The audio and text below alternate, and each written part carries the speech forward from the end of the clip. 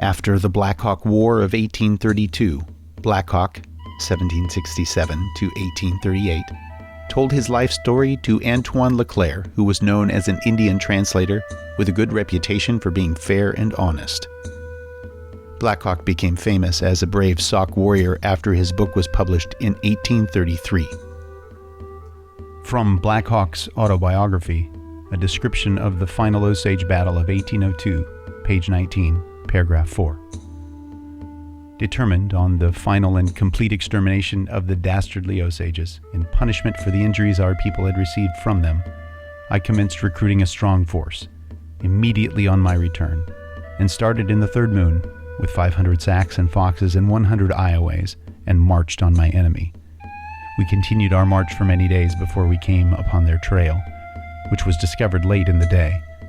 We encamped for the night, made an early start next morning, and before sundown we fell upon 40 lodges, killed all the inhabitants except 2 squaws, whom I took as prisoners. Black Hawk's description of the warrior culture of the tribes, especially the Sauk, helps to explain the history of tribal interactions. Honor and bravery were valued above all else. He described a focus on protecting villages and hunting grounds, and a requirement to avenge a death or dishonor of a family member.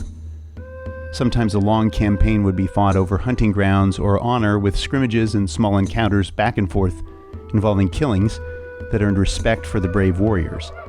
If resolution was not reached, the campaign might end in a decisive battle in which one side undisputedly lost, with many members killed, some females taken prisoner, and loss of hunting grounds. In his book, Black Hawk did not address the Sauk final battle against the Iowa in 1823. According to published accounts, when the Sauk took control of the Iowa land, they massacred the defenseless Iowa warriors and villagers, who were caught by surprise 2 miles away from their village without their weapons, competing in games at their racetrack. This battle story was related by Sauk chief Pashapaho to fur traders on how the Sauk took the Iowa hunting grounds. Later, 2 men who heard the story directly from Pashapaho, Harlan and Jordan, each wrote an account of the battle with some differing details that was later published.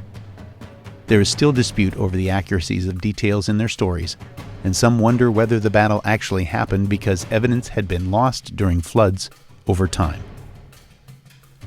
However, it appears to meet Black Hawk's definition of a final battle, in which one side totally loses everything, like the Iowa did in 1823. A year after the battle, another federal treaty with the Sauk Meskwaki in 1824 was made for the exchange of the northern Missouri land. This was part of the old hunting lands controlled by the Iowa for many years, but was now being negotiated with the Sauk. The Sauk Treaty also reaffirmed the 1804 treaty that transferred a piece of Iowa land to the federal government to set up the half-breed tract, used as a safe place for mixed marriages that were not allowed in Illinois. Neutral land strips 40 miles wide were established by treaty to prevent further fighting among the Plains and Northeast Woodland tribes in Iowa. By 1830, the Indian removal law signed by President Andrew Jackson meant all tribes would be removed to the west side of the Mississippi River. The Winnebago, who lost when they fought for the British, signed a treaty in 1832 to move to the neutral strip in Iowa to help keep peace between the Sioux and Sauk Meskwaki. About half did not end up moving, or eventually returned to Wisconsin, now known as the Ho-Chunk Nation, and the others in Iowa removed to Minnesota, then to Nebraska, now known as the Nebraskan Winnebago. Treaties had assured the tribes that white settlers would not be allowed west of the Mississippi River. Forts were built in Iowa and supposedly were to be used between 1834 and 1853 to keep peace between the tribes.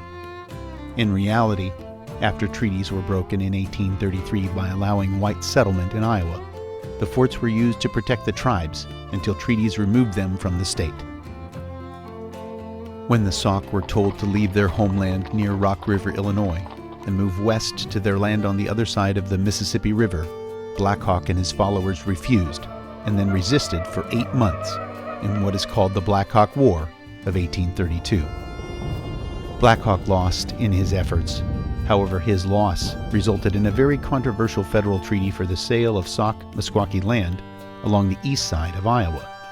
It was known as the Black Hawk Purchase of about 6 million acres in 1832. After the war, Black Hawk and the remaining Sauk in Illinois were relocated to Iowa along the Des Moines River above the rapids. Black Hawk requested to live there and be buried on the old Iowa Sauk battlefield near Iowaville when he died in 1838. The Sauk Meskwaki agreed to move west of the Missouri River by a treaty signed in 1842 to the Great Nemaha Reserve and were removed from Iowa in 1845 when the Meskwaki left their Iowa River camp to link up with the Sauk at Fort Des Moines II to be escorted to Kansas. This land was divided into tribal reservations that are still operating today.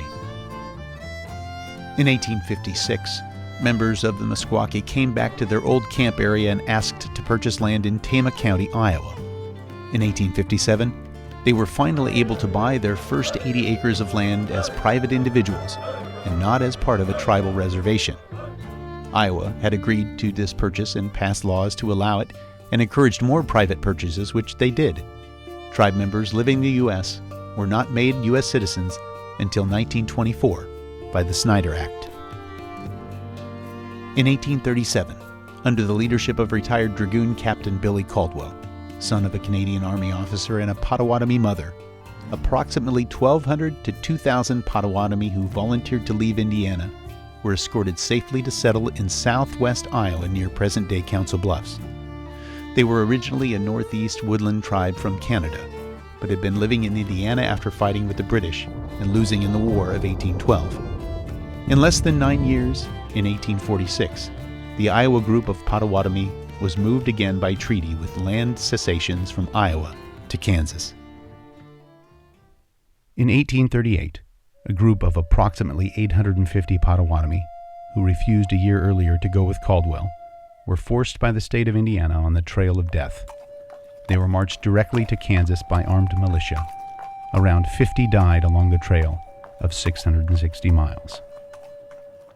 This should not be confused with another event, the Trail of Tears, that happened after the Cherokee won the right to stay on their land by a Georgia court. Although the Cherokee leaders agreed to a treaty to move to Oklahoma and went by boats, nearly all of their tribe members refused to leave their homes. The Indian removal policy resulted in troops being ordered in 1838 to 1839 to round up the 16,000 to 17,000 Cherokee and other tribe members in the southeastern states and to march them to Oklahoma. The total loss of life on the Trail of Tears was estimated to be 3,000 to 4,000 along the routes. By the end of 1846, treaties had removed all tribes from Iowa. Iowa became a state in December of that year. In 1851, the last treaty to affect Iowa land was signed in Minnesota by the Sioux, Dakotas, Lakota, who called themselves the Ochita Sakowin, or the Seven Fires Council. With this treaty, the Sioux finally agreed to give up their hunting lands in northern Iowa, but did not have agreement with small bands of Dakotas who actually were living in Iowa. Besides the Sauk attack on Fort Madison in 1813, the only other recorded attack on whites in Iowa was by a band of Dakota Sioux in 1857 known as the Spirit Lake Massacre. Beginning with the deaths in the Abby Gardner cabin, a total of 36 settlers died. Oral histories include a fight in 1849 between government surveyors and the Sioux in Ida County, along with scrimmages and threats from the Sioux from 1857 to 1862 in northwest Iowa. It had taken many controversial federal treaties that paid nearly $2.9 million in dollars, annuities, goods, and reservation lands to the tribes in exchange for their lands in Iowa. The Iowa were not fairly compensated for their Iowa lands that had been held for centuries. Today there are 2 reservations for Iowa, the main site near White Cloud, Kansas, and the other is near Perkins, Oklahoma. Today the Kansas site has nearly 3,000 Iowa and the Oklahoma has less than 800. In 1969 and 1970, the Bureau of Indian Affairs awarded tribes $45 million for their claims. The long-awaited Iowa share was nearly $4 million. The map they made in 1837 of their campsites that were now verified by archaeologists proved the Iowa had lived in Iowa for centuries. After removing the tribes west of the Missouri River to reservations, more and more white settlers poured into Iowa and settled primarily along the major rivers in eastern Iowa.